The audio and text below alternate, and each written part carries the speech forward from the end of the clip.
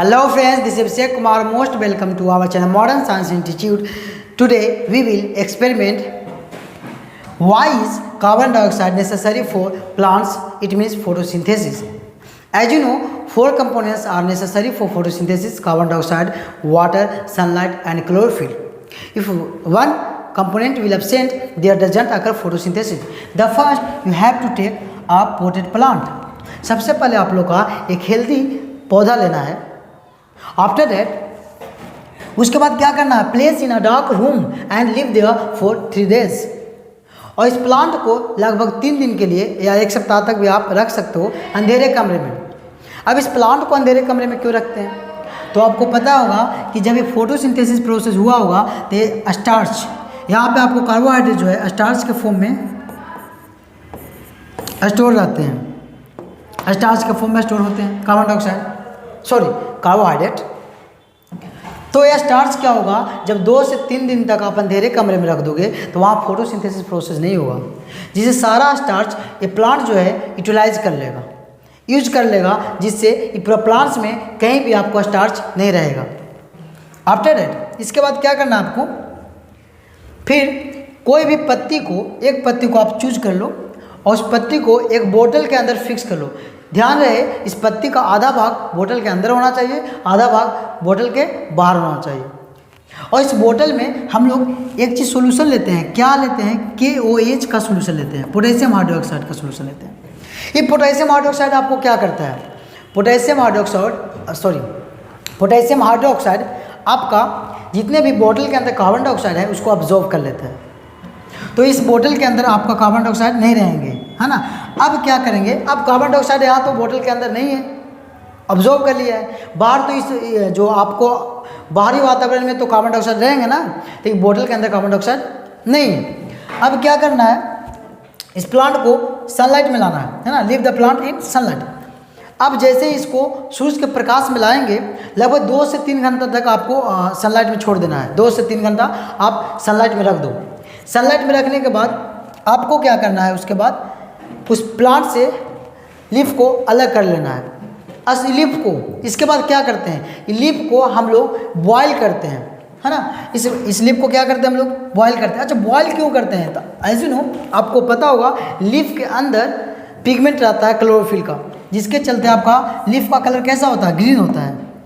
तो अब इसके लीफ को ऊपर अगर जो हम लोग का एक्सपेरिमेंट करना है ना, तो यहाँ पे स्टार्च बना है कि नहीं बना है लीफ में, ना कहाँ पे स्टार्च बना है नहीं बना है. देखिए स्टार्च को इंडिकेट कौन करता है, आपको पता होगा.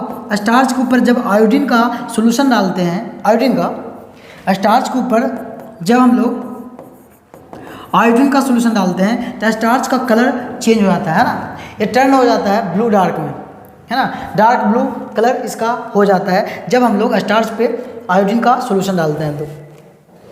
तो इस लीफ में कहाँ पे स्टार्च है या नहीं है, स्टार्च का निर्माण हुआ है या नहीं हुआ है, इसका परीक्षण करने के पहले हम लोग इससे पिगमेंट को कहाँ करते हैं, बाहर निकाल लेते हैं, जिससे इसको एक्सपेरिमेंट करने में, है ना, जिससे कलर जो है अच्छा से दिखेगा आपका. अब क्या कर लिए हम लोग, एल्कोहल में बॉयल कर लिए. एल्कोहल इसलिए ना, इससे आसानी से पिगमेंट जो है आपको बाहर निकल जाते हैं पत्ती से. क्या करेंगे आप बताइए. अब क्या हुआ, देखिए अब जैसे ही इसको एल्कोहल में क्या किए, बॉयल किए, तो इससे जितने भी ग्रीन कलर के जो पिगमेंट है आपको क्लोरोफिल, इस पत्ती से कहाँ गए, बाहर आ गए. अब हमको क्या करना है, इस पत्ती को आयोडीन सोल्यूशन में फिक्स करना है. या तो आयोडीन सोल्यूशन इसके ऊपर ही टेस्ट कर सकते हो, आयोडीन सोल्यूशन में चाहे पत्ती को आप रख सकते हो, है ना.